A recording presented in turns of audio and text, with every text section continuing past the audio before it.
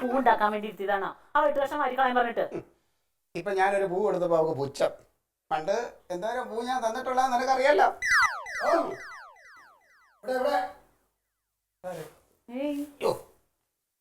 ഇയാളെത്ര വീണ്ടും വന്ന്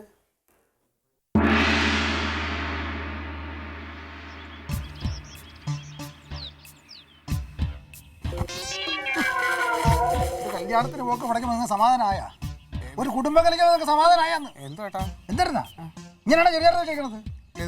ആദ്യം തെച്ച എന്ത് ഭേദമായിരുന്നു, ഇപ്പൊ കഴുത്തും കയറില്ല കൈയും കയറില്ല, ഇടാനും പറ്റില്ല. ചേട്ടാ ഇത് ആളെ കൊണ്ടുവരാതെ അളവ് തന്ന ഇതൊക്കെ പ്രശ്നമാവും. നിങ്ങൾ അളവെടുത്തല്ലേ തെച്ചെന്ന്? അളവ് തുണി കൊണ്ടല്ലേ നിങ്ങൾ തെച്ചത്?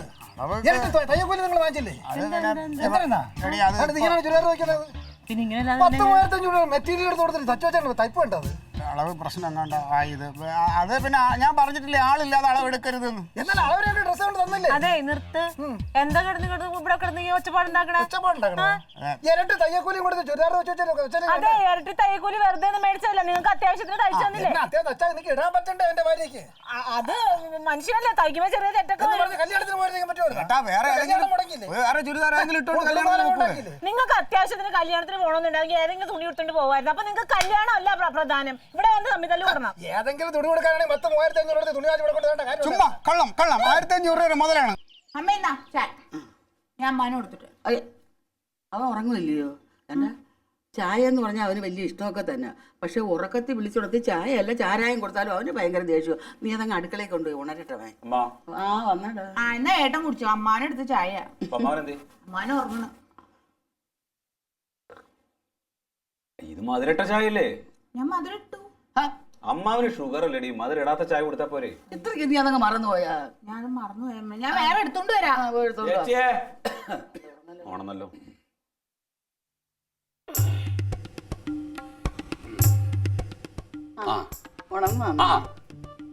തനക വന്നോ? സമയം ഒരുപാടായല്ലോ. അല്ല എനിക്ക് ചായല്ലേ? അല്ല നിനക്ക് മധുരമില്ലാത്തല്ലേ അവൾ എടുക്കുന്നുണ്ട്.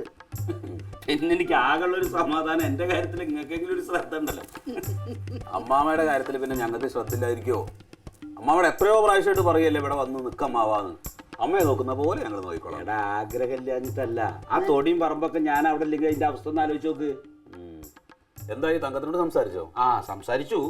അവൾക്ക് ഭയങ്കര പേടി, ഒരു 4 ആളെനൊക്കെ വെച്ചിട്ട് കട തുറക്കുക എന്ന് പറയുമ്പോ. പക്ഷെ ക്ലീറ്റസിന് അങ്ങനെയല്ല കേട്ടോ, അവന് ഭയങ്കര താല്പര്യം. അവന് താല്പര്യം ഉണ്ടാവുമല്ലോ. അവനത് താല്പര്യം ഇല്ലാതെ ആകെ മുങ്ങി താഴെ നിൽക്കുകയാണ്. അതിന്റെ ഇടയിൽ ഒരു കച്ചിത്തിരുമ്പ് കിട്ടിക്കഴിഞ്ഞാൽ പിന്നെ താല്പര്യം ഇല്ലാതിരിക്കും. അതുകൊണ്ടൊന്നും അല്ല, മനുഷ്യന് നന്നാവാൻ്റെ സമയമാണ്. എന്റെ അമ്മ എന്താണ് ഈ പറയണത്? ഈ പഞ്ചായത്ത് മുഴുവൻ അവൻ നശിപ്പിച്ചിട്ടിരിക്കുകയാണ്. ഇനി അവിടെ പോയിട്ട് ആ തറവാടും അമ്മാവനെയും കൂടെ നിലംപരിശാക്കി കഴിഞ്ഞാൽ പിന്നെ സമാധാനമായി. എടാ അങ്ങനെ ഒരാളെ കുറിച്ച് എഴുതാപ്പുറം വായിക്കില്ലേ? ഓരോരുത്തർക്കും നേരാവാൻ ഓരോ സമയമുണ്ട്. ഇപ്പൊ നമുക്ക് ഈ കട തന്നിട്ടുള്ള കൊച്ചച്ഛന്റെ കാര്യം ഒന്ന് ആലോചിച്ച് നോക്കിയേ. കൊച്ചച്ഛൻ എങ്ങനെയായിരുന്നു ചോദിച്ചു? ഈ ക്ലീറ്റസ് ഒന്നുമല്ല, തനി ദൂർത്തൻ, എന്നും വെള്ളടിക്ക്, എപ്പോഴും അടിയും പിടി. ഇതെങ്ങനെ നേരായി? കൊച്ചമ്മയുടെ ഒരൊറ്റം എടുക്ക. കട തുടങ്ങാൻ താല്പര്യം ഉണ്ടായത് കൊച്ചച്ഛനാ. പക്ഷെ കൊച്ചമ്മ അങ്ങോട്ട് തുടങ്ങിയതിന്റെ ശേഷം പിന്നെ വെച്ചടി കയറ്റല്ലേ. പിന്നെ കച്ചവടം കൂടുമ്പോ കാര്യങ്ങൾ പലതും ശ്രദ്ധിക്കണം, ഇല്ലെങ്കിൽ ആകെ പ്രശ്നമാവും. ഒരു 10-50 പേരെങ്കിലും ഷർട്ടും പാൻറ്റും അടിക്കാൻ കൊണ്ടുവരും കൊച്ചച്ഛന്റെ കടയിൽ. ഒരു ദിവസം സുരേഷ് എന്ന് പറഞ്ഞ ഒരുത്തൻ കല്യാണ ഷർട്ട് അടിക്കാൻ കൊടുക്കും. ഗൾഫിൽ പോണ ഒരു സുരേഷും ഷർട്ട് അടിക്കാൻ കൊടുക്കും. 2 പേരും ഷർട്ട് വാങ്ങാൻ വന്നത് ഒരു ദിവസം. കൊച്ചച്ഛൻ ഈ കവറിന്റെ മുകളിൽ സുരേഷ് എന്ന് എഴുതുകൊണ്ട് ഒരു കവർ എടുത്ത് ഈ സുരേഷിനും ഒരു കവർ എടുത്ത് ഈ സുരേഷിനെയും കൊടുത്തു. ഗൾഫിൽ പോണ സുരേഷ് എയർപോർട്ടിൽ പോകാൻ വേണ്ടിയിട്ട് ഷർട്ട് എടുത്തിട്ട് നോക്കിയപ്പോൾ വെള്ള ഷർട്ട്. പിന്നെ തിരിച്ചു വന്ന് മാറ്റാൻ സമയമില്ലാത്തതുകൊണ്ട് അയാൾ നേരെ ഫ്ലൈറ്റ് കയറിപ്പോയി. മറ്റേ സുരേഷോ കല്യാണ സമയത്ത് ഷർട്ട് എടുത്ത് നോക്കിയപ്പോ പുള്ളി ഷർട്ട്. മേനോമാരാ, വെള്ള ഷർട്ട് നിർബന്ധം. താലി കെട്ടാൻ പോണതിന്റെ മുമ്പ് ഷർട്ട് നോക്കുമ്പോ പുള്ളി ഷർട്ടായി ആകെ പ്രശ്നമില്ലേ? കാരണന്മാരൊക്കെ ആകെ പ്രശ്നമായി. എല്ലാവരും കൂടി കൊച്ചച്ഛന്റെ കടയിലേക്ക്. ഉത്തരവാദിത്വം വേണടാ. ഒരു കല്യാണ ഷർട്ട് അടിക്കാൻ കൊടുന്ന പുള്ളി ഷർട്ട് അതെന്താ ഡാൻസ് കളിക്കാനാ പോണു? കല്യാണത്തിനല്ലേ പോണു? ഷർട്ട് ആകെ ബഹളം. എന്റെ അച്ഛൻ അവിടെ ചെന്ന് ഇടപെട്ടു. അച്ഛനെയും കൂടി കണ്ടപ്പോ കൊച്ചച്ഛൻ ഇങ്ങോട്ട് കത്തി കയറിയില്ലേ, കത്രിക എടുത്തിട്ട് ഇങ്ങോട്ട് പുറത്തേക്ക് വന്നിട്ട് ധൈര്യം ഉണ്ടെങ്കിൽ ഒരെണ്ണകത്ത് കയറടാ കുത്തി കുടലെടുക്കുന്നേ. ആകെ ബഹളവും അടിയും പിടിയും. ഷോ അന്നത്തെ ദിവസം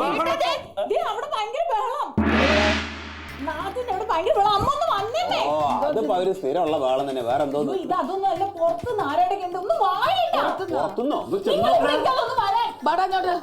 അതാരപ്പത്? എന്താ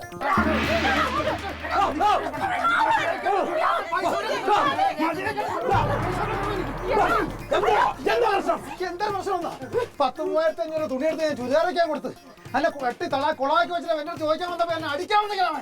അതിനോ മണ്ടടിക്കാൻ പഠിക്കാൻ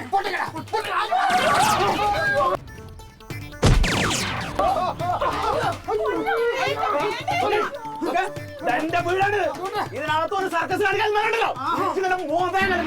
അപ്പൊ നിങ്ങൾ കുടുംബക്കാരുടെ ഒത്തുകാരുള്ള കളിയാണല്ലേ. എല്ലാത്തിനും പോലീസ് കയറ്റും. അവിടെ നിയമം ഉണ്ടെങ്കിൽ എല്ലാത്തിനും പോലീസ് കയറ്റും.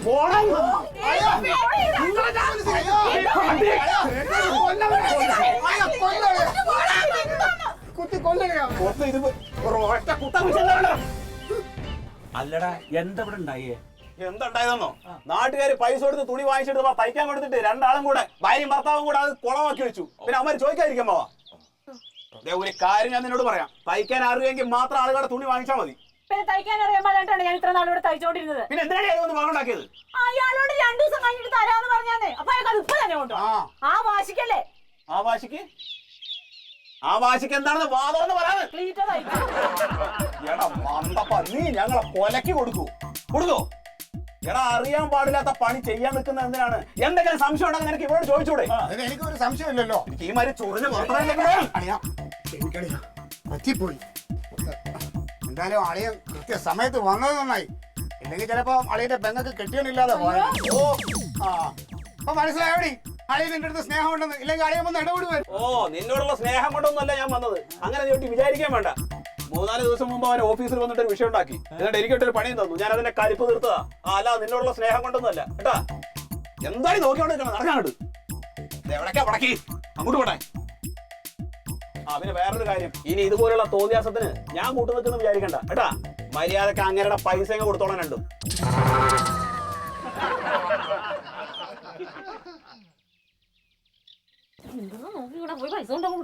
ഞാൻ എവിടെ നിന്ന് എടുത്തിട്ട് കൊടുക്കാൻ? എനിക്കറിയാൻ പാടില്ല. അമ്മേടെ അടുത്ത് ചോദിക്കല്ലേ? ഞാൻ ഇത്ര പ്രാവശ്യം പറഞ്ഞെന്ന് അറിയില്ലെങ്കിൽ ചെയ്യണ്ടെന്ന്. നീ എന്നെ ഒരുപാടങ്ങ് വിശ്വസിച്ചതല്ലേ കുഴപ്പമായത്?